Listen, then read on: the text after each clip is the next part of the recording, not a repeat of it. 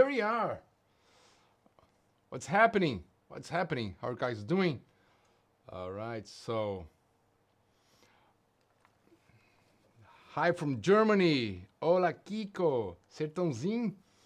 All right. Glad to be here. Gaspar, Daniel. Good morning. So the guys there in LA, in California, it's morning. I don't know, like New York afternoon, Brazil afternoon, Europe quite late, Sunday night. So yeah, so continue here the Creative Shredder week. We did all the live streamings are still here on my channel. So Monday we talked about practice routine. On Tuesday we practiced. On Thursday we talked about creative, tools to be more creative, right? And Friday I was showing one of my compositions and showing different things like structure, harmony, how to create melodies and all that. And today I just want to answer questions and a quick Q&A, with you guys, answer anything you guys want to know, and discuss more stuff that we talked about throughout the week. All right, so I've been playing guitar 17 years, and I would consider myself somewhat advanced. I feel like I'm not progressing. Any advice? Yeah, Tim, thanks for the question. And yeah, but we've been talking about this throughout the week because it is a common feeling, like not improving or maybe overload of information, and you feel you should be evolving more, right? Then you should be getting better because you have a lot of information, you see a lot of videos, you buy stuff, you have new equipment, you buy courses, I don't know, songbooks and all that, and then you don't feel that you're evolving. So two things here that comes to my mind right away. One thing is like the growth, right? Or like how better you can be, like your development in general. It's not like, first of all, it's not exponential, right? And it's not like a constant line going up, It's more like going up, a plateau, and then going up, a plateau. Sometimes this plateau is longer, and I believe that the more you play, the longer you've been playing, this plateau can be even longer. I've been playing guitar for 30 years. Actually, I was doing this math, because I was thinking to start this conversation here, saying like, hey, if you're here, so I'm going to start the way I was thinking. So if you're here, probably you want to develop your guitar playing, you want to evolve as a guitar player, and I'm here to help you with that because I've been doing this professionally for 30 years. And then it's like, wow, 30 years. It is true because I recorded my first instructional video when I was in 91, I was 19 and in 91. So yes, like, man, 30 years. So I know what I'm saying. So you have like this growth and then just a plateau, And then sometimes you think it's a plateau. It might be a technique plateau, but you're like getting a better musician in other sense. Just feel more confident, or you feel like you're more creative, you have more control, you understand better the modes or harmony. So other things are developing, but you don't notice. So it's not really a plateau.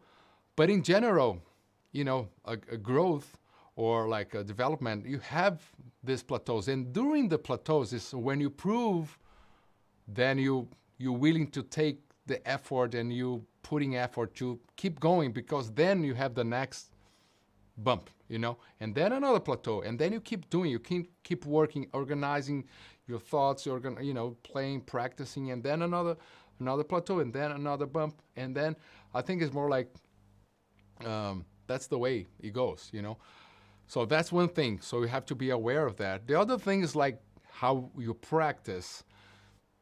So that's what we talked. this week. Maybe you're just playing like randomly, like playing backing tracks. We're gonna talk about this for sure in this video, for sure. Again, kind of recap the stuff we said, but differentiating the practicing and playing, right? Because sometimes we just play the same things over and over, like, and then we don't notice, but we've been playing this, for years, the same thing, So you have to challenge yourself. You have to, so things that we said, like playing is not practicing.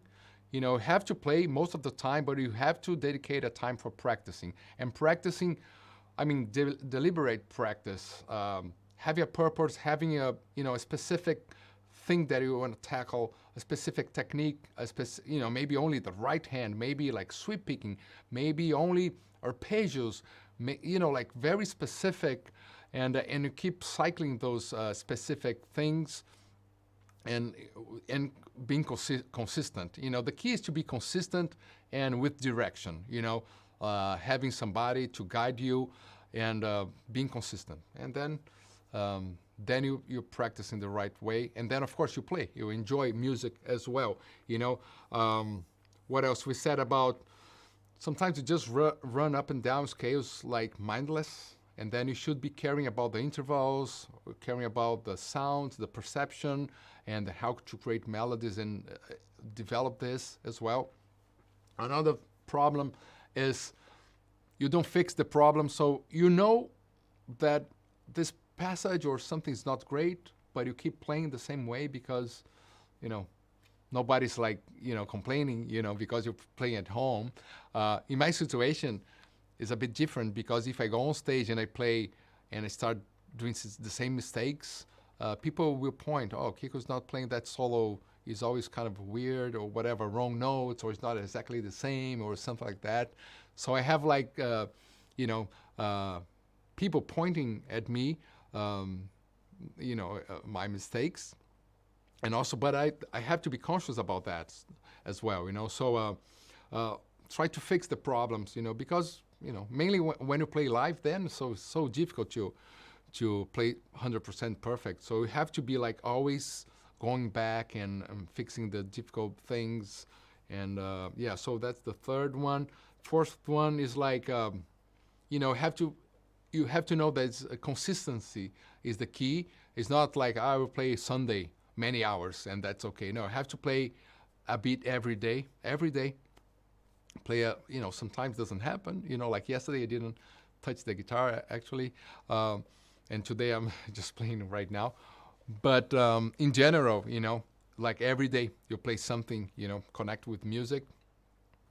Another mistake, if you want to play fast, if you want to have a very good technique, you have to have some metrics. You have to have name your exercises and kind of know the BPM, how fast you can play, and then, because then you're like taking care of your development, right? Very important. Mainly if you want to play fast, if you want to have like a very good technique, you need to. I never met, I don't know, any musician with great technique that not aware of the BPMs and how fast they can play certain kind of techniques. Another one's like not having an organized routine and no planning, and then you waste a lot of time just searching for things instead of actually practicing. You have to go to a place, and today that's what I'm practicing. This week that's the sweep picking week, or this is the triads week, this is the open triads, like whatever, hybrid picking week. You need to know. You need to know beforehand. Other things like not exploring different keys, different styles, different, you're not exploring stuff. So why are you gonna feel that you're getting better, if you're not exploring? It's like now I was like just playing, it's like A Lydian with a G Lydian at the end, right? So exploring different keys, different modes, and different styles, right?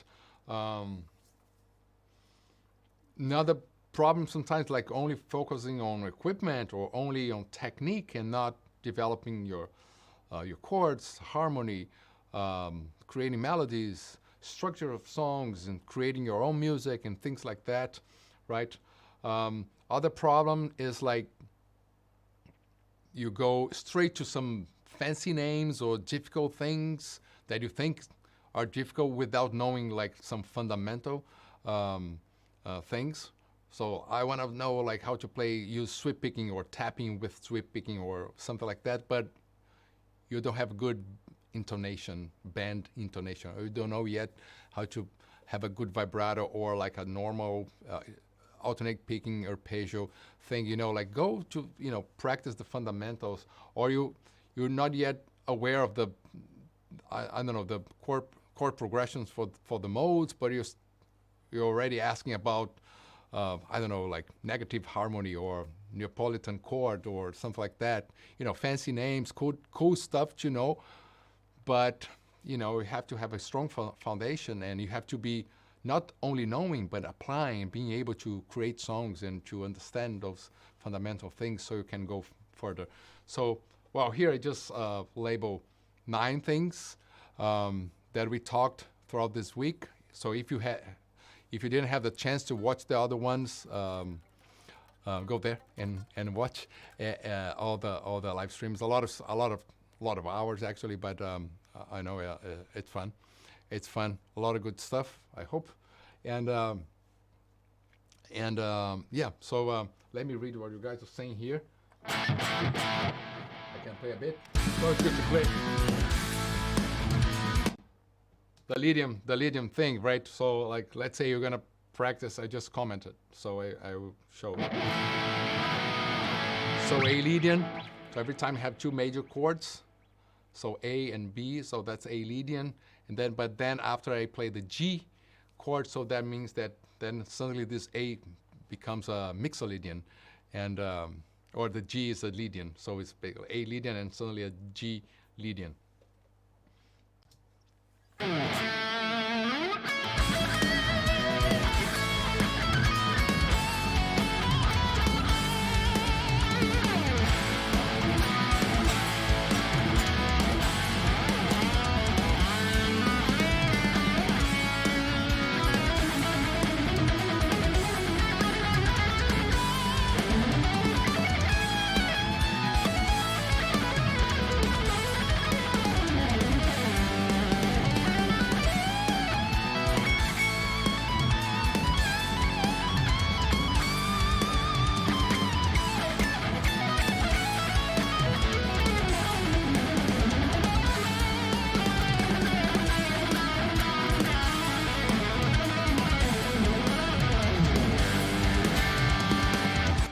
Right.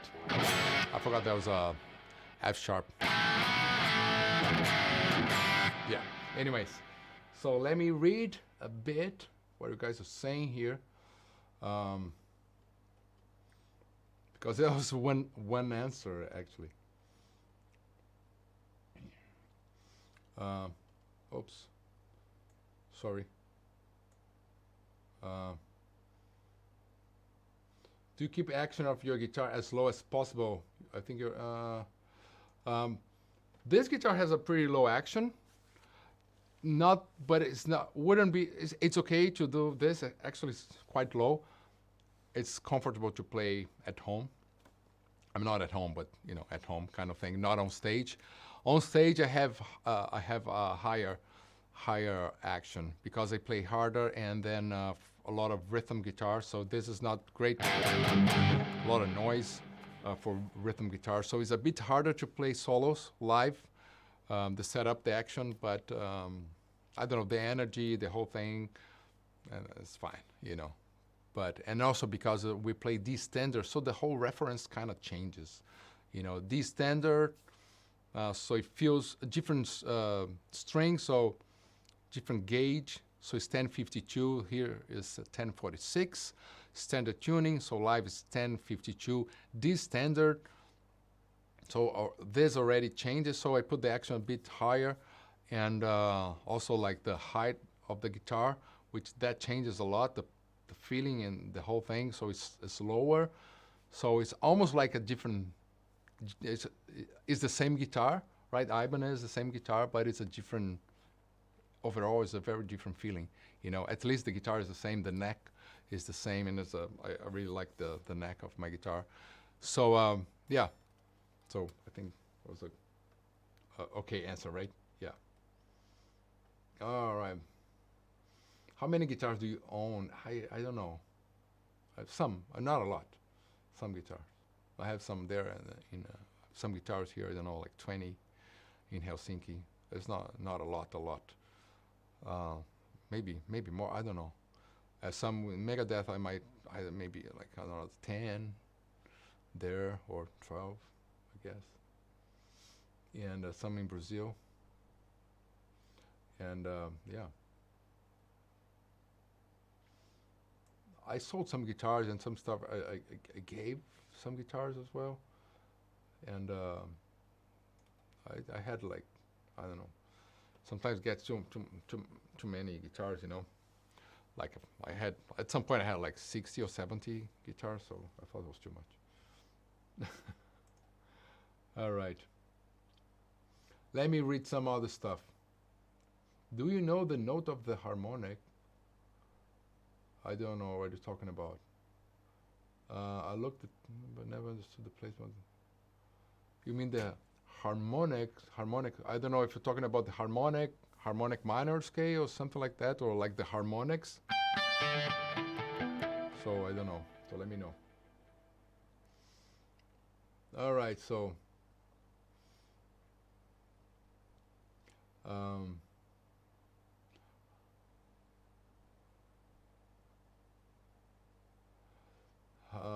Wow, a lot of questions here. Thanks a lot for all the questions. How do you write chords if you write melody first? That's a very good question. But sometimes the melody kind of dictates the chord progression. So it really depends on the melody, you know. And sometimes it doesn't.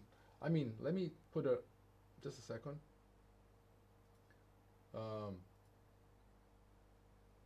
Put a clean tone here.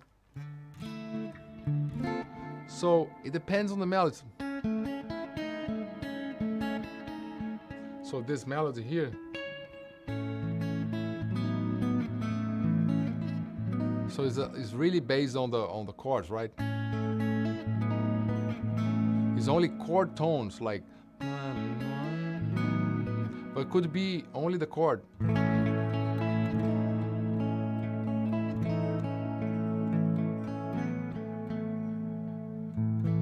It could be one chord, so it could be like only one chord in the melody without any other chord. It could move.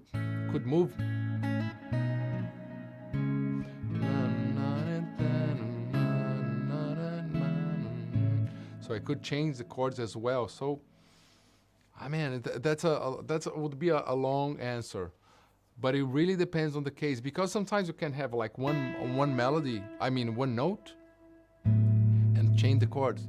Like the same note can have multiple chords. And then that's the fun of creating stuff. So sometimes I like the melody and you try with simpler chords. And then you think, wow, why not having a different chord? Actually, the previous class, right? I was showing.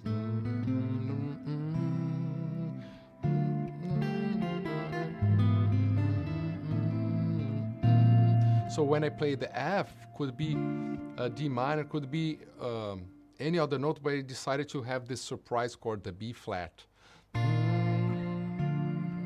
Then a C sharp with the F that has a C sharp that has a E sharp, or like a D flat major that has the F. So that's the fun. Sometimes you have a melody that you think about a melody, then you try the chords, and I would suggest you go first to the chord tones. So if you play an A, the melody starts with the note A. You have the A as a chord. You could have, what else? You could have the D, or major or minor, A major or A minor, because that's the root of the chord. You can have A as the fifth of the chord, so D major or D minor. You could have A as a third of the chord, so it could be F, or could be F sharp minor. So it depends, right? Then the A could be the ninth of the chord, like this last note of this, the sequence that I just played.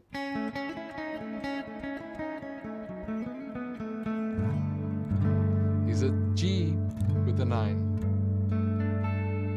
The ninth here. So then you can experiment. What about if the A is the ninth of a chord? What about the A is the flat ninth of a chord?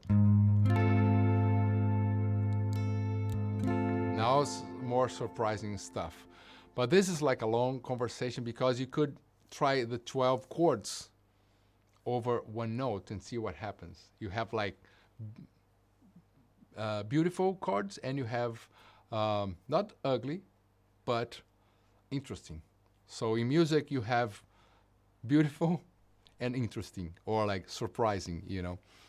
And sometimes the normal ones, like the consonant ones that we think will be beautiful, sometimes they're so perfect that it's boring. Then the beautiful can be boring, you know. And then the weird ones or the wrong ones can be interesting. It really depends on you, how you feel about music, your references, and your style of music and all that. Good. So, how much time without practicing affect your guitar skills? Oh, right now, I can feel it. I can feel it. I was playing because I didn't play yesterday, and I just grabbed the guitar like 15 minutes before I started this, so I can feel it. I need it. I would need my, would be great to have my 1 hour practice routine. Then I would be like feeling confident. So I have the Guitar Hacks workout, which is like it's a 1 hour routine. That's kind of summarize my things that I think that are important. Of course, all the parts of the routine you can extend. The whole routine you can extend if you have more time. I wouldn't suggest to divide, like you have to do it, the entire routine, or extend each part of the routine and not cut part of the routine. But that's what I believe it works for me. Go through like some warm-up fundamental things, some musical things, and like pushing the speeds, like forcing the limit a bit. And then something more like about improvisational skills, like thinking fast. Because one thing is to play fast, the other one is to think fast. So for improvisation, you have to think fast. You have to be sharp on the response. So you can practice that. And that's what I do in the Guitar Hacks workout course. By the way, tomorrow I'm opening my Guitar Academy. And I want to talk about this too. And so the Guitar Academy has the Guitar Hacks workout there, my course of the modes, the 7 factors, the scales, the intervals, the scales. And I'm recording more stuff. It's a subscription, and then I will add more stuff throughout. Every month I will put more content. I put my some licks there as well, my book with licks and videos and licks. And I will, as I did Friday, deconstructing a song, but I will do like more in depth. So getting a song, so I'm calling the deconstructing. So I'm getting some songs from open source, from my albums, because I know pretty well the songs because I wrote the songs, right? So I'm starting with those songs, and then further I can get other songs, or from Megadeth or from Angra. Let's see. But the first ones based on my songs, because I know really well the harmony, how I create the harmony, the melody, the rhythm, the structure, the solos, the improvisations, the concept behind, and always giving the references. So for you to be inspired to write your own stuff, and also to understand how to create a song, and of course with all the tabs and stuff, and of course like some tips how to get ideas from the song and make your own thing, because I'm always for you to have the power of playing and do your own stuff, not like copying what I'm doing. But you can learn a lot of stuff from harmony, for instance, or creating melodies based on real songs, like real application, and not only the theory from the book and from, So I think it's a good way to learn music deconstructing a song. But of course, adding courses about harmony and direct stuff like that. So also I will put, I will do like 3 meetings a month. So one's going to be about practicing that I'm calling the practice room. So my idea is to once a month to practice in an open environment, like in an online open environment, and you guys can watch or can practice together. Of course, I will send this material first, and then we can sit down together, and then you watch my practice or practice with me, and then with that I can teach you how to practice, so you don't feel like you're stuck, you know. And it's good for me as well because I can practice, and I will do also like a master class every month about specific subject, probably towards harmony and understanding music. But we will have a Discord community, so you can suggest what you want to learn, and then I can of course read from there, and then decide about the master classes. And I would have another place that I want to just hang out and talk beyond guitar, just because sometimes it gets boring just to talk about guitar and music. So talk about other things, and I believe like all the artists and musicians, mainly if you're not a professional musician, and get to know and understand kind of the mind and the philosophy behind an artist, and then have this community based on art. But we don't need to talk about guitar all the time. So that's my idea. So I will be posting content there, but besides the course, and also I have my courses in Portuguese there as well for the Brazilian and Spanish-speaking people, and I would do the harmony ones and the metal riffs, like teaching how to play riffs. So there's a lot of ideas. So I'm opening tomorrow, right? So if you didn't subscribe, if you subscribe, you know, I will send you an email. So tomorrow 10 a.m. Pacific time. So that's our time, reference time, which is like, I guess, like 1 p.m. in Eastern time, and 7 p.m. Europe. I have to be good doing those math calculations. So 10 a.m. Pacific time. I will send the emails with Academy being open, and then the first 24 hours I will, give, of course, like a great deal, great discount, and for the first month I would, I want to send for the first people that get in for the first month, I will send, like a welcome signed card, 1 guitar pick, and I will do a giveaway for the people that get in the first month, because there's like the early adopters and the believers. And I will get this guitar here. I mean, not this one, but one like this. That's a AZ Premium, right? Not sure about the color though, because anyways, but this model, AZ Premium, I will do like I will give away, that's fine. The lucky one, and all the subscribers for the first month, I will do this giveaway, and the lucky one will receive at home for free an Ibanez AZ Premium. Cool. So thanks for Ibanez to, helping me on that, and yeah, so that's the idea. So if you can go to the link below and send me, just subscribe there, your email, then I will send the information tomorrow about everything, the payment, the possibilities, the discount for the 24 hours, and how we're gonna get the guitar, and I will send you the guitar pick with the welcome card, the whole beautiful thing. And then next weekend, I will start doing those, the master classes and the practice together, right? That's the idea. And of course, during the tour, because I'm going on tour next month, right? In April, I will do the same thing from the tour. So it's a challenging thing for me, but it's a cool thing to do from the tour as well. And a lot of things I can share from the tour as well with the members of the KL Guitar Academy. Cool. Any questions? Let me know. And another thing, like the guys that already did the 7-factor and guitar hacks, I have a nice thing for you guys as well.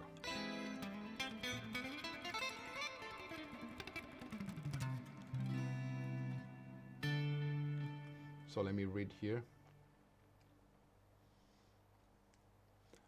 Also, I will the Shredder week, everything I will upload to the Guitar Academy there. So if you missed, because I will not leave these videos on my channel, I will leave for the next days. But then I will unlist those videos, but they will be there at the Academy as well. So most of the lives that I do I will be uploading as well there. So you guys can always come back and watch from there.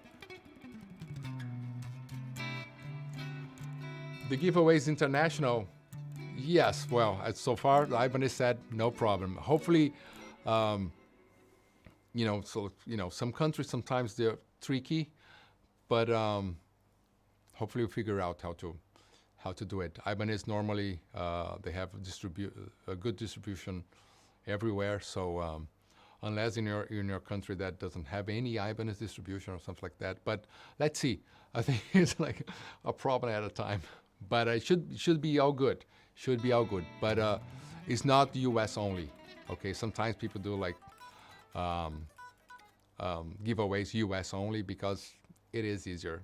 Because the guitar is there. The guitar is in the U.S. It's not this one, but it's always easier. But my idea is like no, from anywhere. Yeah. All right. So. Let me see here what you guys are saying. Great concept, thanks. Yeah, my idea is having the online courses that you can go and watch. But my idea is to be present, as I did here, to be present and then get the feedback. I think like having a Discord community, so you guys can go there and then say whatever you want to know or ask questions and things like that. And then every time we meet, those 3 moments every month, I know what you need and I can provide that for you. So it's going to be like a close relationship, So and I think I like doing this, and it's totally doable for me to do like 3 times a month. This and hopefully even more if I can. But that's the idea. And also adding more content, so with all the courses and whatever I feel that it's important. Cool. But I think the monthly master classes, I will always cover good stuff that you have like good content that you have, you need time to practice or to be able to apply, right? So yeah, that's my idea. So that's why I call master classes, to do something like deeper and very consistent for you. And the practice is always a good thing. I remember I like this idea of practicing together, because I remember doing this and then we kind of missed. We lost that, right? I guess going to a friend's house and just play. And practice together and play together. I remember doing this with friends, but then we kind of, everybody's like doing Instagram. So that's my idea. Once a month, like get together and just practice. No talk. That's why I'm doing the hangout. Another moment, we talk. I know beyond guitar, something beyond guitar, like lifestyle kind of talk. And then the other one's practice. No talk, because practice is not distraction. Practice is about practicing. So, and I want to show like how we can practice. Cool. So just like, yeah, just be sure that if you already put your email for this Shredder week, I will send you the information. But if not, just go down here to the description and you leave your email there. All right, so yeah, and we'll go back to the questions for you guys, and then we can talk more about the Guitar Academy as well.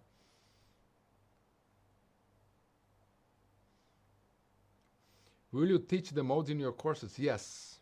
There's 7 factors, the one I teach the modes. You know, it's already there. So just always going to be adding new content, but this one is already there. So again, as I said, consistency and direction, having some direction, having this like and also like consistency. That's why I think like every month having a meeting and a lesson and a practice, you give this like, okay, I didn't practice this month. You know, like give this, you know, just keep things rolling, you know, because we need this push. You know, otherwise we just go back to the same things, you know. And then if you just have I mean, it's great to have online courses, but if you don't have this monthly meetings, I think you might just buy and then never watch it, you know. So that's my idea, to force you to practice in a good way, you know. Because I'm happy when all these students are getting results, you know. How to break out the box. Actually, in my workout there, again, not like talking about the Guitar Academy, but the course like the Guitar Hacks workout, the final moment I call the out of the box. That's the name, because I know one of the things like to get out of the box it's hard, and the explanations are difficult because how to get out of the box. But you have to put yourself in different situations. Let's say, let me put.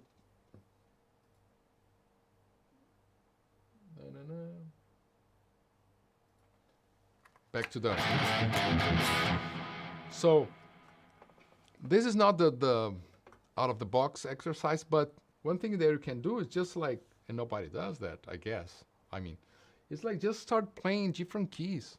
One of the 9 things that I mentioned is like you kind of, in the end, you start playing the same things always. Like if you play A minor, then you always go back to A minor.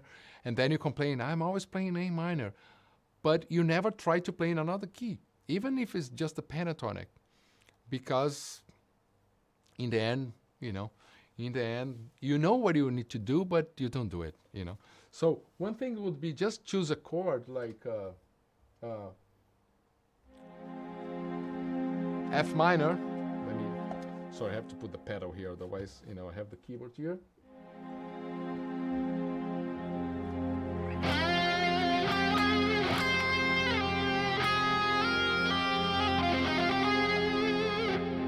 Right?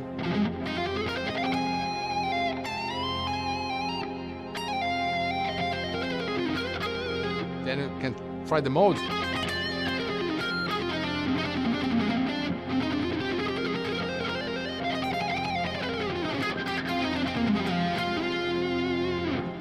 Then what? G?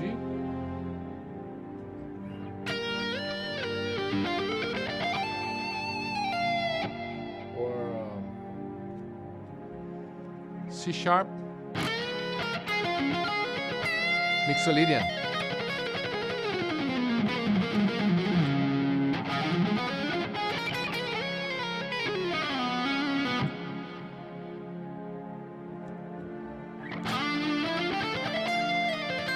D minor. So you keep changing and then just play a bit. It can be only the arpeggios, it can be the pentatonic. Keep changing. And then, I mean, if you don't know, just write down like the 12 notes and then major and minor. And then if you know more a bit about the modes, you can try like, okay, A Lydian, F sharp Dorian, F Aeolian, and then start It's not easy to do that, not easy at all. So you can start just playing the arpeggios, or just the tonic, just the root, just the name of the notes, like C minor, then play the C, and then, like C minor.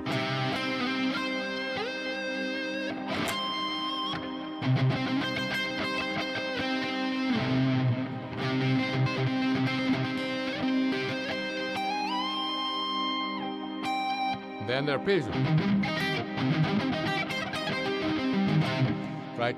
Then arpeggio, then pentatonics, and then you start adding the notes, understanding how you build the whole thing, the tonic, the root, fifth, triad, seventh arpeggios, pentatonic, modes, and then changing the modes maybe for this chord, and then adding all the other 5 notes, and then you have the 12 notes with bends, vibratos, and then the techniques, and then keep moving. You see, it sounds complicated, but it's not. It gets complicated when you start moving fast, those notes, those keys. But it's possible to understand if you know how to build from 1 to 7 to 12.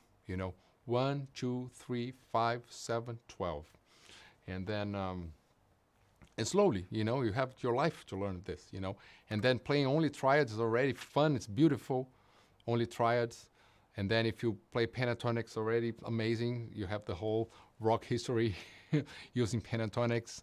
And then if you learn the modes, and then it's even more colorful. And then if you add like chromatic passages and stuff, then you have everything. So it's more about how to build this slowly, consistent, and knowing the direction you want. That's why it's like consistency and direction, and then you're good.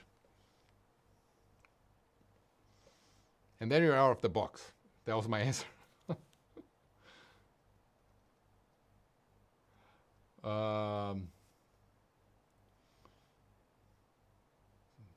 There's a groupie's question here. All right, so let me see here. Will you sign the giveaway guitar? That's a good question. I didn't think about this because that adds something, but I can try because I will be in Vegas. I will be in the US during the tour, so I will try, but I cannot promise. That's why I didn't promise, because if I'm here, and then the guitar is in the US, and it has to be sent to, I don't know, to Chile, and it's a complication to send the guitar to Finland and send to Chile. That's why I don't want to promise that. I can promise I'm sending a welcome card with my own guitar pick to all the students that enrolled the first month. So everyone, the first month, will receive the welcome card signed. This I can prove. I can do it, I can promise. Signed with a pick, signed by hand, of course, not to like printed sign, but I can sign by hand and with a guitar pick. This I can promise. The guitar, I cannot promise, but I can do my best to sign. And I can sign it later. If it happens in another moment, then I'm in the country of the winner, and then the winner is there with the guitar. I will do my best to meet the winner and sign. This I can promise. You never know. Maybe the winner is here in Helsinki. Then it's easy. Or can maybe now in the West, where Do you prefer string skipping or sweep? It depends. I use both. String skipping, sweeping, alternate. I use a lot of alternate picking. Everything. Just like I try my best. Depends on the day. How can I spice up my playing with some outside fusion playing? Is there a scale or a concept? Greets from Germany. Man, your name's hard to read. Jester? Yeah. Yeah. There's a lot of stuff, the outside fusion playing. Yeah, the outside playing is not, people tend to connect with fusion, but, yeah, there's a lot of stuff you can do simple things like just play around the note. So it depends the sound that you hear, that you want, thinking about outside. So you can just like deviate half step up or down and then back. It's like the right notes, the scale notes would be like kind of a gravitational force, like you get out and then, but you come back always, and then it can be up or it can be down. So let's say if I play A minor here. So A minor.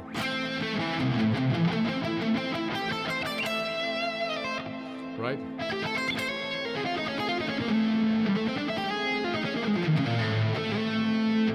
So I just played like the pentatonic and half step up and back. Up and back. It's like gravity. Like you go out, throw the ball up and then it's gonna come back. If it doesn't come back, it's like weird. But you can, then it's more your feeling how long you stay out and then back. So so the faster you go, it's just an effect. And then if you stay for a long time, it might sound like, oh, this guy's kind of off, So we have to figure out, depend on the whole environment. That's why you mentioned fusion or jazz. It has more, those styles are open to more experimentation. That would be an easy approach because it's more like the feeling it's more like how much you put it, you play out and come back. So, and then how you use this tool before you get into like knowing different scales and things like that. But if you think about the modes, let's say you have like a Dorian mode, you could add like some passing tones like the flat fifth, which is the blue note, and that creates this tension with the fifth, right? So here,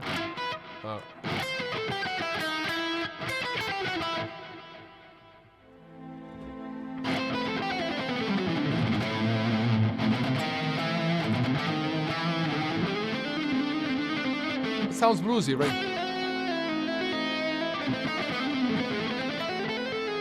You can play the major seventh, which is like, I use that a lot. It's the melody of the song EDM has like, and I hold that note,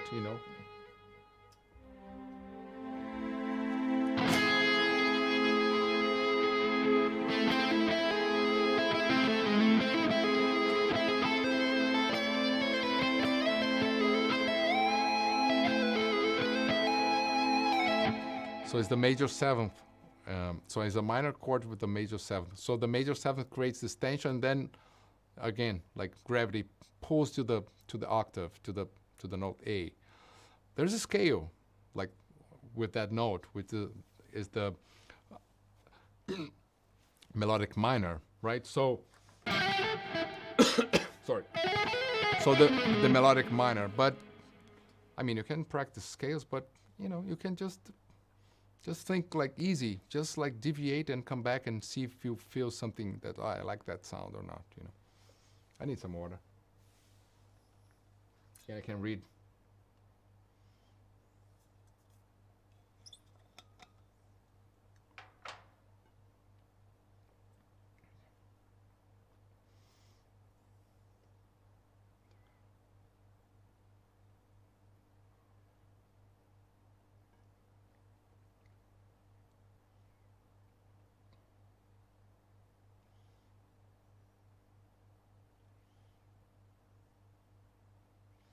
All right, a lot of stuff.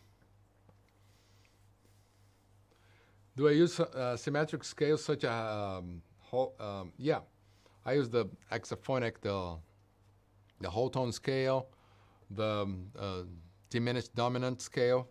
Yes, I know those scales and I use them here and there. It depends. Like the intro of the song Black Ice on my album is the hexaphonic, the whole tone scale. I call the hexaphonics the 6-note scales, right? But the whole tone scale, beautiful scale. So I'm using there fast as an effect, like more like a sound, like an effect. But you have different ways of using that scale. One is like to have this weird effect. The other one is like kind of a Simpsons theme, kind of a vibe, right? And then the other one is more like a Debussy vibe, which is like dreamy, very, yeah, dreamy kind of sound because you don't have half steps. So it can be weird and it can be beautiful, dreamy. So the way Debussy used the French classical composer. So it's a great scale to use, but you have to, you decide how you want to use it. It's like a interesting scale to apply. And also, that's why I was talking about deconstructing a song.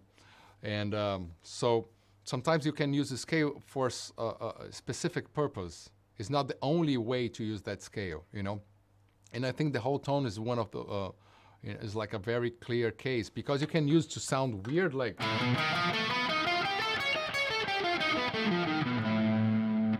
That sound, but I don't know if I can, I'm not Debussy, but let me see if I can explain. You can hear the piano.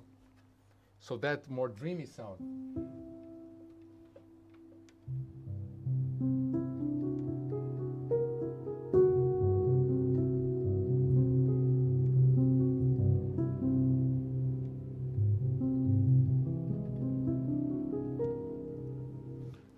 Something like this, with the piano, and you create something beautiful using that scale. So that's like a very post-romantic period in the classical music, and discovering those sounds in the Debussy, Ravel, the French composers. It's good stuff.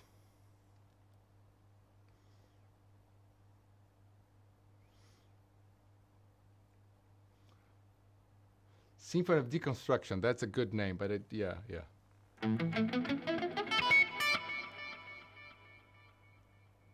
How to strengthen the pinky, it's causing forearm pain even with like, oh yeah.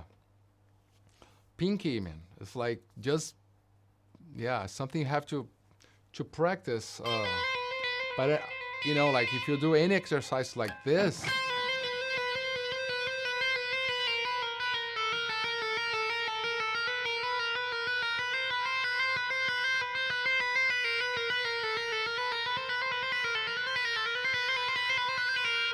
so it is hard, of course, way harder than the 1 and 2, but just keep doing it. Like, be careful with the, it might be painful here, and be careful. Just play again, like play it every day. Play slowly and control, because it is more important control. So I always think you have speed. We think a lot about speed. You want to play fast, but to have a good speed, you have to think about control and endurance. So maybe finding a comfortable speed, whatever it is for you. Let's say for me it would be.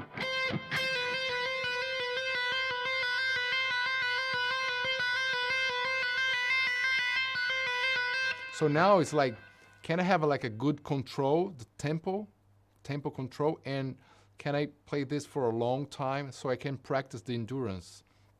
It's the same like going to the gym. It's a muscle, Like, do you want to go like super heavy right away? Would be like fast. Just want to do a lighter weight and then like more repetitions, right? So I think it's like more repetitions, go slow, like a natural speed, not super slow. You can do the super slow as well, but natural speed, don't force. And the main thing is control, like put a metronome or drum beat, or and the quality of the sound.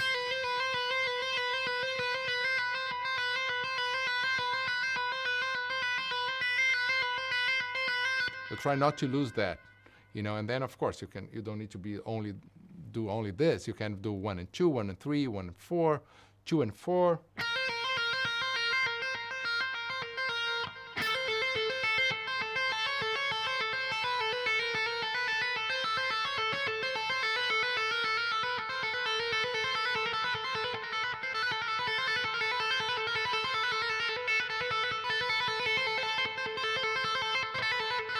So it's more about the speed.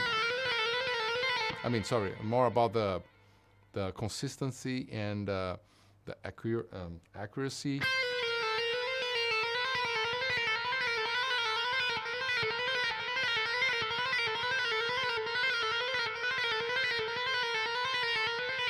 Control.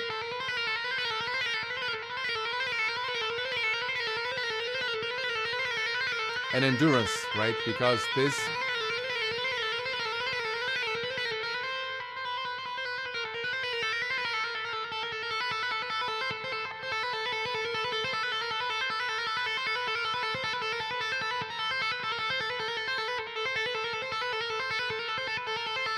all right, so keep, forever. Cool? Just keep playing forever, as and then when you start feeling it's hurting, stop. Just before you feel something, just stop, relax, give some time, go back. Stop, relax, give some time, go back. Like it's a muscle, so you have to respect your body, but you keep like forcing a bit, It's like going to the gym, like running.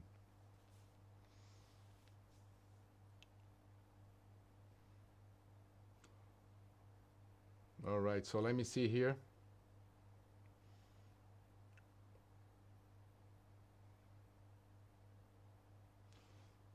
What are your top 3 passing licks? I don't know. I don't know. I don't know. Transitioning from one chord to the next. So I do have, in the Guitar Academy, I put my, the 21 licks, the books there as well. So you'll find licks, and I would add more licks as well, and some patterns, my ideas, so some stuff that I think is very important for you. But the licks, I have something to say about the top 3 passing licks. Every time I have let me explain, like in my brain. Every time I notice that I'm repeating a specific lick, I try to change. So that happens all the time. So I can see like moments that I'm doing like kind of the same licks. Some licks I'm always doing. It's like I tend to go to like some comfortable places. And then I have like, again, I have to go out of that. And, but there's some periods in my life that I kind of repeat the same licks. And then I try to change them somehow, So actually I prefer not to reinforce my top 3 licks, if you know what I mean. But I do got in the Guitar Academy, I put the licks that I believe that it's like, okay, I'm always doing those kind of licks, so I put it there, so So when you play those licks, or if you try to learn those licks, you're gonna see, okay, that's the stuff that Kiko uses, and you can find in different solos,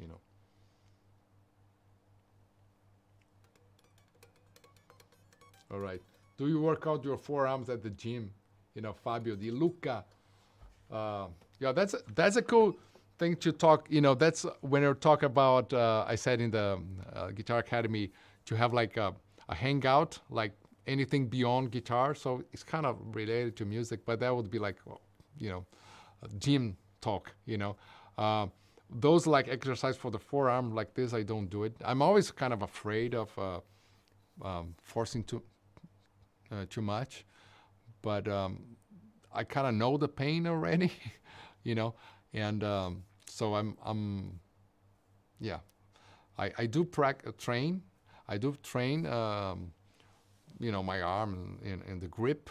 Like the grip is kind of, I do train the grip, but I'm very cautious about how heavy I get. You can see I'm not a gym rat, as you can see, right? All right, so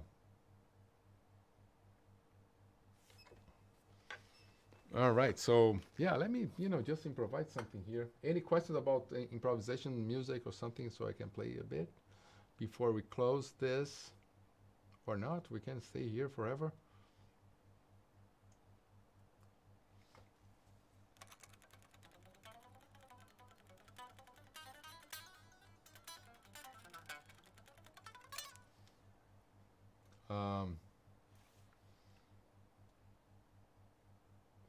No, that was a good question. I missed. Uh, so Charles, given an hour practice a day, how you divide your time between theory, technique, covers, and stuff? Uh, that's a very good question, but it depends your goal on your goals. It's on your goals, you know. So if you say like, oh, I have a gig, you know, so you need to play those songs for the gig, or you don't know anything about harmony and you love to know more about harmony, then it really depends on your goals. I think some stuff, some structure you can have. That's why the practicing, technique practicing, I suggest to play an hour, um, and then you're good to go for the stuff. But there's a way to optimize this practice so you can incorporate some other stuff. Let's say you're learning a solo or you're learning a song, like you said, like trying a cover. So let's say you're trying to play a song that has a difficult sequence of arpeggios or some difficult solo. So you would grab some stuff from this solo and add to your practice routine. So when you're practicing technique, you're kind of practicing the solo as well. Then when you have time to go to that song, your technique is already ready for the difficult parts of the song, and then you practice the song. So it really depends your goals. Is more like towards like I want to know more theory, harmony. You have to imagine that you have your entire life to learn things, and then you have to have some patience and patience, you know, and confidence that you get there. So then I believe that the technique, the muscle memories, all this, and memorizing scales. If you don't know the scales yet, I would go for memorizing the shapes of the scales, you know, then every day practice, but you can practice technique and memorization of the shapes, right? You have to have time that you develop your musicality, which is like learning a new song by year, or just playing along, improvising different tunes, creating some stuff. I believe like creating is very important to have this moment that you just play with the tools that you have. You know, if you have only few chords, you just jam and create something. Feel that you're playing, creating something just to touch that flow state. Understand where and how to go to that place and try to discover that place. Maybe you don't know you're able to discover that flow state that you're just jamming and feeling the music, you know. So that's very important. So like a dedicated time for that, dedicated time for the technique, dedicated time to learn the assets, you know, like the shapes of the scales. And then you divide your time, like, do you know the triads already? No, so it's time to do it. You know, like the shape, the modes, so it's time to do it. You know those things, but you're not you're not able to play in different keys. So then different keys, modes, you know, and yeah. But of course, like that's a good thing to go deep into those master classes. I did already like suggestions of monthly. Then it's a good thing to put in the Guitar Academy or during those master classes, which is like writing down all the possible things, like learning how to read would be another thing, but it depends what you want. Like learning how to record yourself at home is another very important thing. Learning how to read music maybe is not so important, depending. It depends on what you want from music. Maybe it's crucial. Maybe you're never going to use. So like recording yourself, that for sure is very important. And then the scale shapes and technique and what else? I said like getting to this flow state. So this I can during the the master class in the Guitar Academy. There's something very good to organize and suggest some stuff, but you need to know what you want. What do you want to be, right?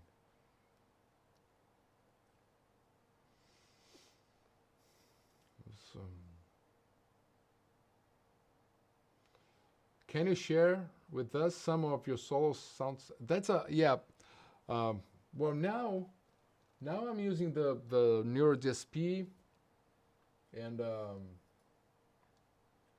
gain is on is like it's like kind of a what kind of 4, but the amp here from the Gojira is like a lot of gain, so it's on 4, and no pedals, just that. Yeah, it's like actually 3.5 because 3, 4, 5, 6, 7. Yeah, I mean it would be on 4 like, and delays and some delays and reverb here. And but actually, like on the Neuro DSP, the Quad Cortex cloud app, I have all my patches from the tour, and then in the Guitar Academy during the tour, I will do some videos for the Guitar Academy from the tour, showing in depth the tones, like the Quad Cortex. What do we do? I did a video on my YouTube channel. It's a 10-15 minutes video showing a bit of the equipment on tour. Can take a look, but I didn't go in depth about why the stuff are like they are. And but those presets are in the Neuro DSP cloud, the app. Also, yeah. So in the Guitar Academy, I will go in depth about the Neuro DSP plugins. And then the Quad Cortex is a good stuff, and it works in general. If you don't need to have those plugins or a Quad Cortex, although I recommend. But in general, if you have like a very high gain amp, I don't use a lot of gain. But now it's a lot of gain. For me, it's a lot of gain. Yeah, kind of. So yeah, so the delays and things like that are very important to know where to use and when to use, you know. Cool.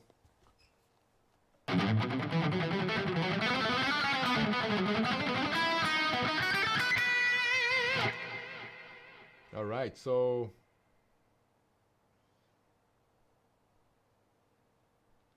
if I have a Focusrite interface, I do have it because actually I have a RME, but it's not working great. So I just bought last minute one. Is like for those live streaming. Yeah, it's working fine, I guess. But I'm like a RME user for many years.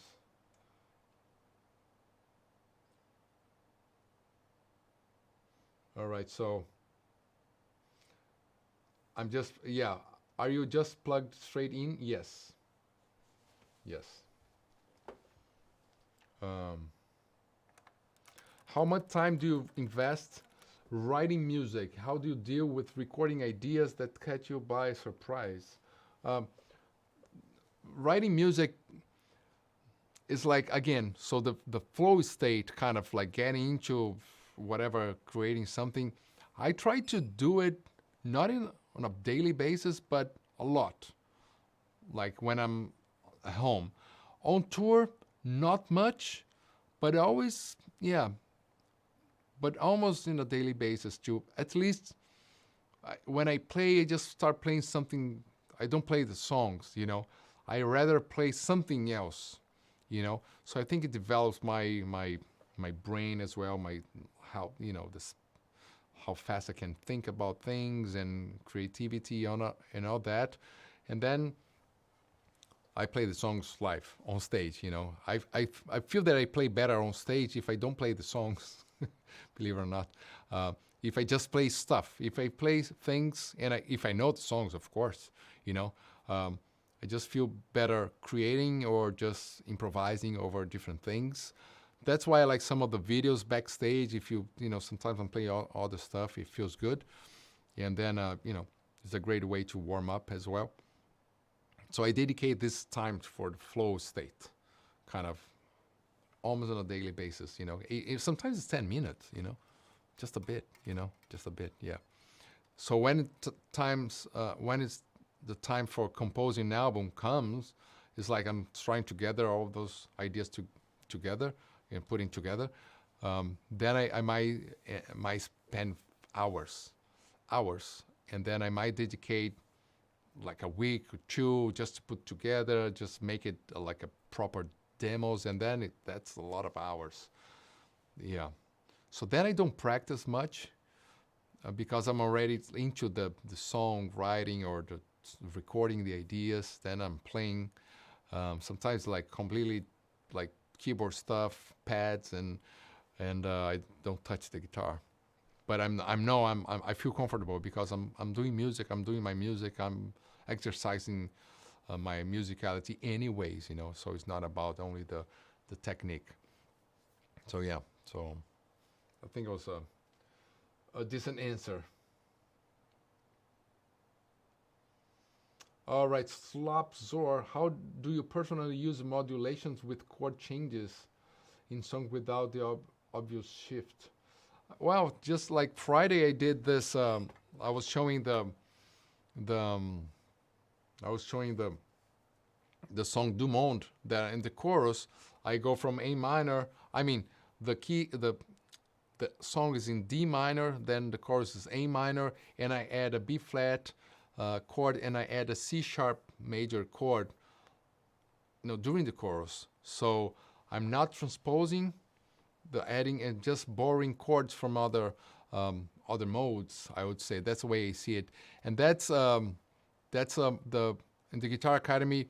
That's my first master class I will do because I know it's every time I kind of explain the way I think is a successful thing because I did like I did in the Satriani camp. I did the same thing in the Paul Gilbert camp.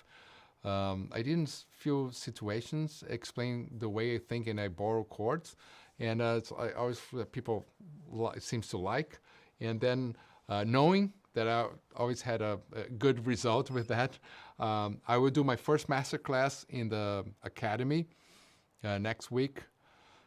Will be the you know the March master class. I will talk about this.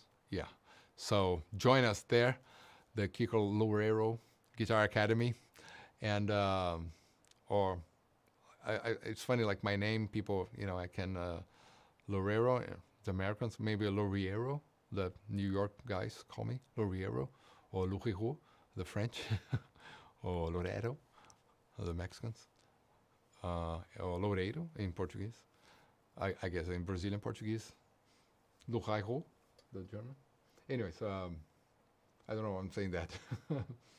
But yeah, so you can borrow chords from other modes, you know. But that's why you need to know a bit about the modes and the circle fifths and stuff.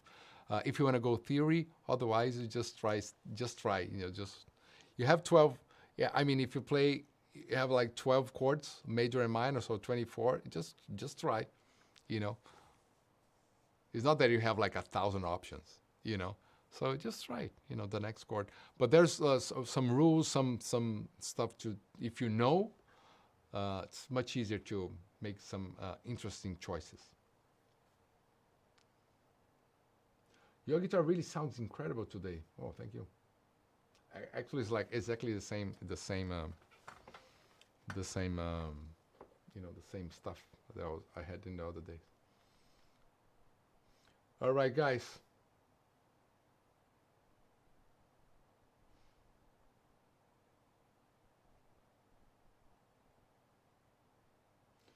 A lot of stuff.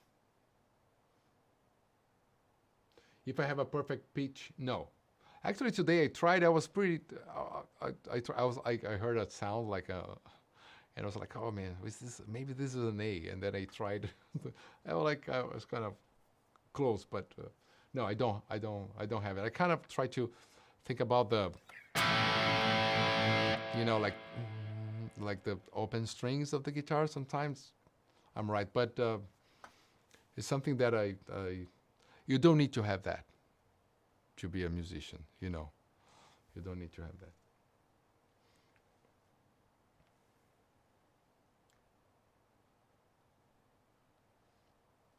All right, so Charles Lee, your music and videos always inspire me to play even more, and for that I can't thank you enough. Thank you very much. Thanks, Charles Lee.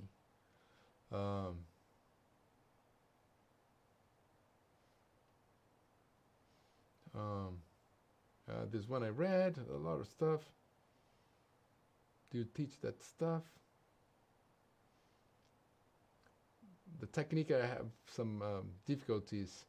You know, in the beginning, I had it was hard for me the alternate picking. You know.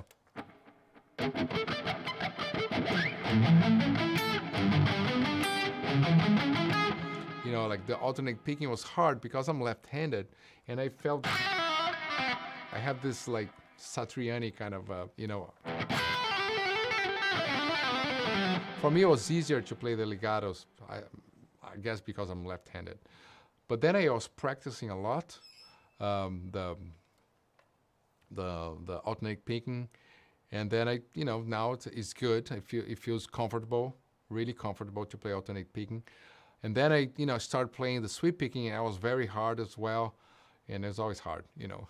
I think it's always hard, but yeah. But you just go and practice in the right way, and do your, you know, your planning, your routine, and you go through those techniques somehow, the hybrid picking, and you know, it really. I mean, if you want to do it, it's just, and you put in your routine, in your practice every day that specific technique, you can do it. You know, like the. I remember I was like a lot playing the, you know, the you know, those sounds, you know, two-handed tapping, you know, because I like Stanley Jordan, stuff like that. Then I don't play that much anymore. So my techniques, I need to, you know.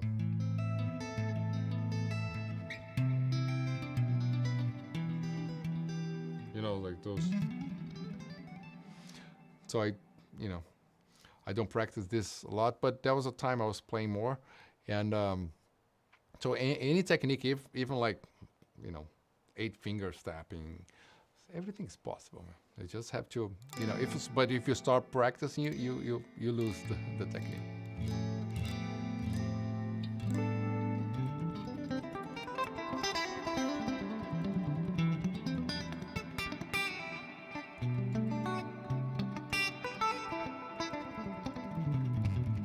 I cannot play a left X.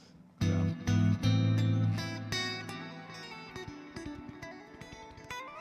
All right, guys. So again, I've talked with Ricky Beat. We talk sometimes. Yeah, one day I should talk to him. You know, do a video with him. It would be amazing. I really love his content in all the videos he does. Yeah, it's amazing. A lot of great stuff. Can you go through the theory of the chaotic part of black ice? Man, this will take some time. So that's my idea, to deconstruct songs. So basically, I'm in the verse of the. I can just a quick thing about the black ice. Basically, I'm using 2 minor chords, right? So E minor and C minor, and so this is called the chromatic medians. So so it's a way to using metal, those classical modern harmony theories, right? So E minor and C minor, and then I use those minors with the major 7th, right? So it's kind of fusionish, jazz kind of scale would be the melodic minor, but I use a lot of chromaticisms, right? And so that gives this chaotic vibe. But what is really dictating the chaotic vibe, the spookiness of the vibe, the song vibe, the black ice, you know, the black ice vibe, is the 2 chords. You know, all the rest doesn't matter actually, because the 2 chords shows that vibe.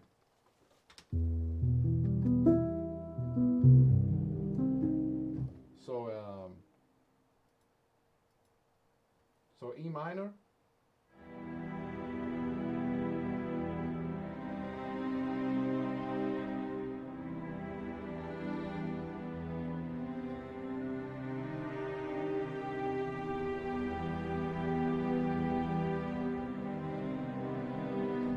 That sound, you know. So have that sound. Once you have that sound, you can play arpeggios, licks, phrases, and then it's always gonna be black ice sound, you know. So harmony, understanding harmony, some harmony tools is like, for me, it's like everything. Harmony is like everything. If you understand harmony and you know, and then the more you know, the more you can explore stuff and sounds, and you have more colors, and then you have more, you know, assets, more stuff for you to create your own music, you know.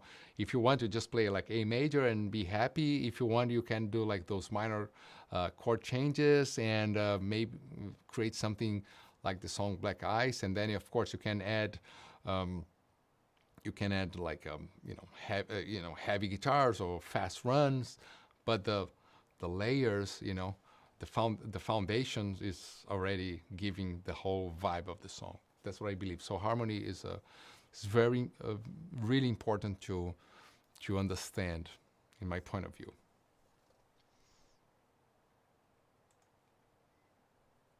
Next time, piano courses.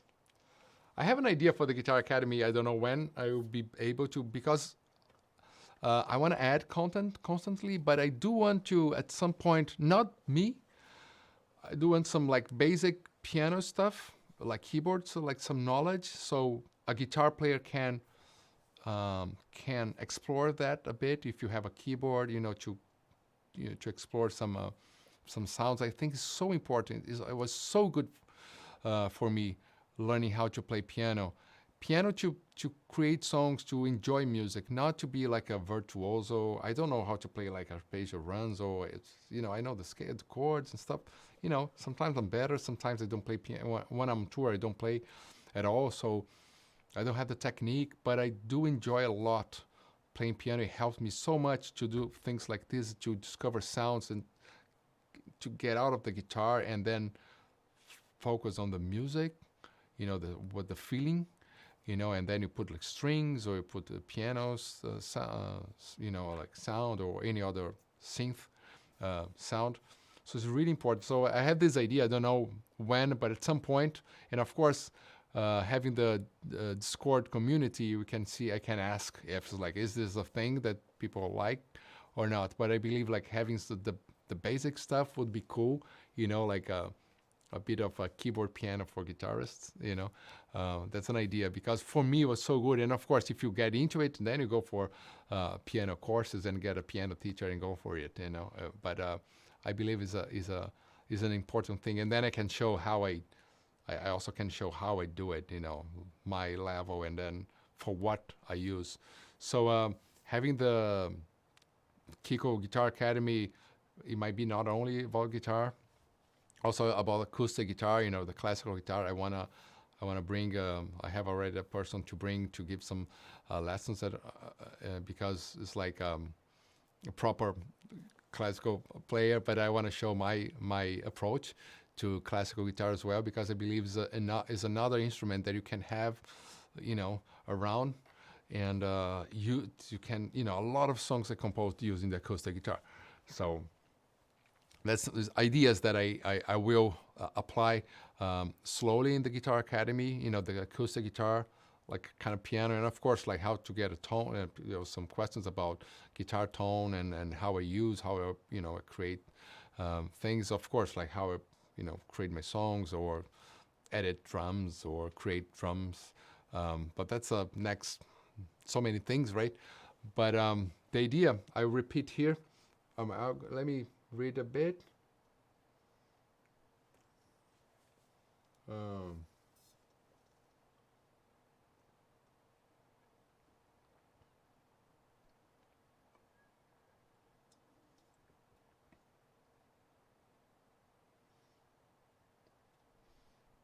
right.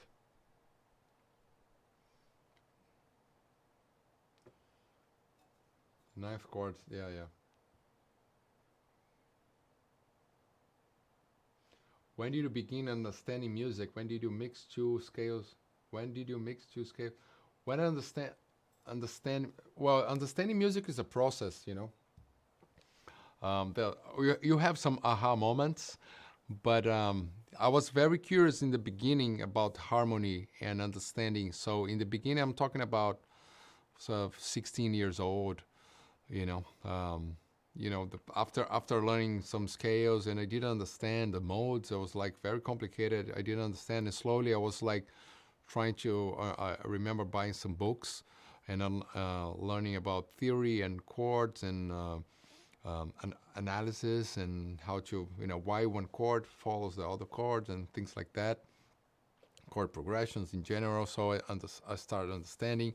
I had a great teacher, a Mozart Mello, in Brazil that showed me a lot of stuff as well, and I was like, so it's a process, and then every time I learn something, and then listening to music. But I think the best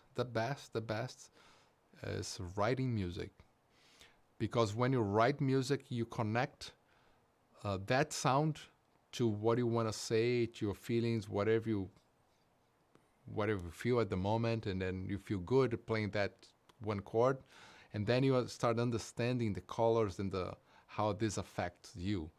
And then I think knowing all this, reading the books was all great, but writing the songs, getting the ideas out was the best for my musicality.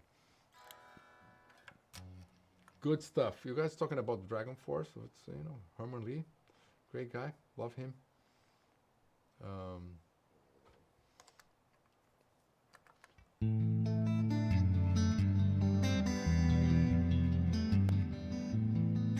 Yes, you can. Have you ever been a jazz jam session? Yeah, I did. Yeah, I did. Yeah, of course. Playing the, I don't know.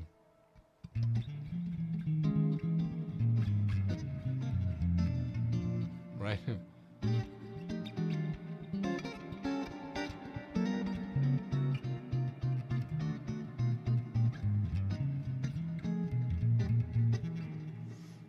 Whatever. I don't know. I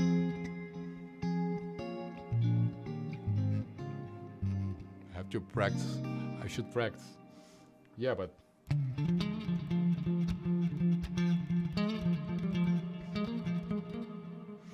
anyways, yeah. So,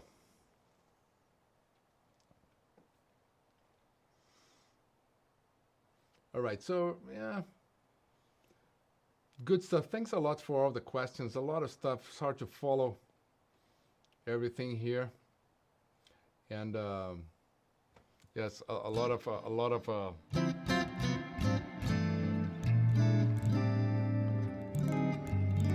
you know.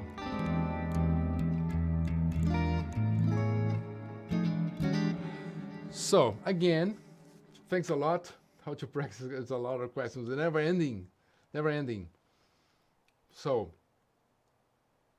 again, so I'm just gonna talk about the Guitar Academy here a bit more for you guys that want to know more. So I will leave those videos from the Creative Shredder week for you to watch for a few more days if you didn't have the time. So Monday I talked about practice routine, more the philosophy of practicing. Then Tuesday I did only practice. Thursday I talked about some tools for you to practice your creativity. Friday I talked about, I deconstruct a bit the song Du Monde. I'm talking about the harmony, creating melodies, the structure of the song, then actually kind of showing how the good ways to listen to a song before you start practicing that song. And today I'm answering questions. And tomorrow I'm opening my Guitar Academy, right? KL Guitar Academy. And so there you find my Guitar Hacks workout course, which is showing how to practice 1 hour a day to build confidence. You play faster, you play cleaner, but most importantly, you have more confidence when you play. If you want to play live, if you want to play live on YouTube, or live streaming somehow on stage, or just for you, and just to feel you're like evolving, and then you feel like just the fingers, they move nicely, And then, of course, the guitar hacks workout, the 7 factors, which shows the intervals and the modes, the scales, and the way I think, which is a bit different, but it's the same. The people, we use those scales, but the way I think is like, I kind of simplify the thing because I've been using this for such a long time, and I see in a very clear way. So that's my goal is always trying to show in a clear way all those theory stuff, and because you need somehow to know the scales, you need to know stuff, and then, but I think sometimes out there people just complicate a lot things, But once you start using for a long time and then you compose, you really use the stuff, it's simple, It's not easy, but it's simple. And so I have the 7 factor there, and then I will do 3 meetings a month, right? So one will be a master class. So as I said, my first master class of this month here, March, will be about how to borrow chords from different modes so you can create interesting harmonies without going crazy, without knowing a lot of theory, but some theory, some mode stuff you need to know. But it's simple, and then something that I showed in some situations, and people really like the simplicity of the concept, and it works fine. And I can give several examples in different songs, and of course my songs as well. So a master class every month, because I want to have contact with you. It's just not like, here's the course, and just now is your time to learn by yourself. So, and then I will practice once a month. We practice all together because I feel like this is very important. And I remember like going to friend's house and practicing together, playing together. So we will have that masterclass, that practice room together, and I want to do like just a hangout beyond guitar, just talk about all the stuff. So when we practice, we don't talk about general stuff. We have a meeting for, just in any place, like when you want to do something, you just do the deep work, and then you have the time off, then you can talk about other things. And I think for the non-professional guitarists, maybe it's cool to hang and understand the lifestyle of a professional musician as well. And I have all my links there. I will deconstruct some songs, and I'm always going to add content there. And so that's the basis of the Guitar Academy. And slowly I will be adding content in general there. We will have a Discord community, so you can suggest stuff. I can answer your questions there, or I can answer the questions during the hangout or during the master classes as well. So we'll have like a constant interaction. That's the idea. And tomorrow, 10 a.m. Pacific time, it's going to be 1 p.m. Eastern time, 7 p.m. here in Europe, Central Europe time. I will open the academy. If you didn't subscribe to the link here in the description, go there, put your email, so I will send all the information. The first month I will send like a welcome letter and a guitar pick to you, and I will also do a giveaway of not this guitar, but this model, right? Not this one, but this model is an AZ Premium, right? And I'm not sure about the color too, just to be sure, because it's difficult times for the manufacturers now. But it's going to be an AZ Premium. I'm going to give a giveaway for the first students for the first month in the Guitar Academy. So tomorrow I will send all the information, price, and discount for the first 24 hours as well. And if you guys have any other questions about the Guitar Academy, just let me know now, and otherwise I will contact you by email. Just be sure you have subscribed, you have clicked the link there, and put your email so I can talk to you. All right, let's put back this guitar. Yeah. Right, so Good stuff. Send this one. Yeah. All right, Beatriz is always here. Thanks a lot. It's my sister's name, by the way. So, beautiful name. And Beatriz is one of the most beautiful songs ever written as well. Check it out. From Edu Lobo, Brazilian composer, one of my big heroes. Thank you, everybody. Glenn, Daniel, Antonio, Nani, Davin, Jeff, Dan. So just, I will send all the information about the Academy tomorrow. Just wait. And if you receive any of my emails, just I will be sending the emails tomorrow. So I will give all the information. So you'll be happy to know. You'll be happy to know. Thanks a lot, Sebastian, the Time Prophet.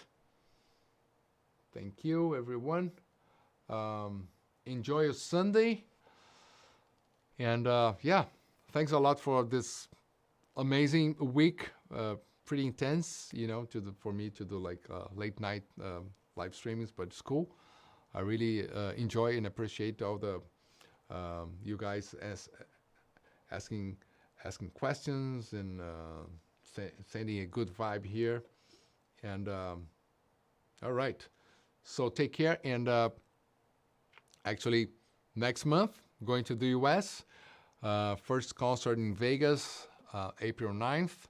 So see you guys there. We have a lot of dates. Just go to the megadeth.com and check the tour dates in the US and Canada, and also dates in Europe for the summer festivals. A lot of cool stuff coming. Yeah, and the album's gonna be out soon. It was good. Nobody asked when the album's gonna be out. Yeah, guys, thanks a lot, and see you soon. For guys in the Guitar Academy, we'll see you next week again, right? Cheers. Have a great Sunday, everyone.